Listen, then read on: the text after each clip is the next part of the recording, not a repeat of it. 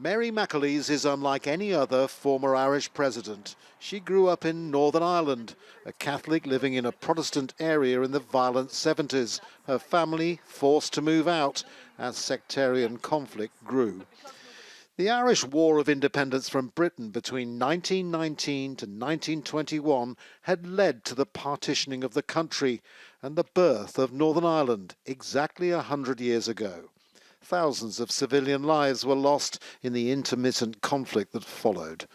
Mary McAleese is calling on Protestants not to mark Monday's centenary with triumphalism. Language that is used is so important, to use language that doesn't other the people that you share the island with or you share Northern Ireland with, but language that shows that you're sensitive to their concerns. One word the right way can, it can open people up and it can soften hearts.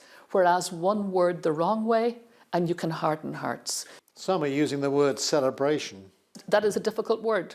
And so for most of the centenaries that we have been through, we haven't used those words. We've used the word commemoration. We've used softer words. We've used words that open up to inclusion and that understand that there are some for whom this was a tragedy and not a win. Some feel it's ironic that the centenary comes at a time when Irish unity is edging back onto the agenda, helped by Brexit that puts an EU trade border in the Irish Sea, separating the UK mainland from Northern Ireland. Protestants fear alienation. The government here in Dublin sees Irish unity as a distant prospect, officially at least. Could it happen sooner rather than later? Well, there's a growing body of opinion that it could do. You will never solve the problems of Northern Ireland by violence. The Good Friday Peace Agreement recognised something that fighting couldn't achieve, a referendum on Irish unity, dependent on Catholics becoming a majority. That's likely to be confirmed in a new UK census. Then Britain decides if there is a referendum. This is the birthplace of Irish democracy. And there's another factor. Brexit took Northern Ireland against its will out of the European Union. So for a lot of centre, middle ground people, a united Ireland is the only route back to the European Union and the advantages which they enjoyed as European Union citizens. And many young people in the South support reunification and want their leaders to put more emphasis on achieving it.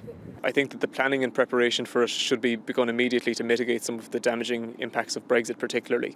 And what we've seen with southern political leaders a lot of the time is putting it on the long finger and pointing to some indiscriminate date in the future. But Irish history, with all of its overwhelming violence, may be the biggest obstacle for now.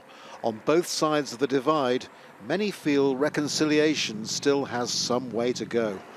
Andrew Simmons, Al Jazeera, Dublin.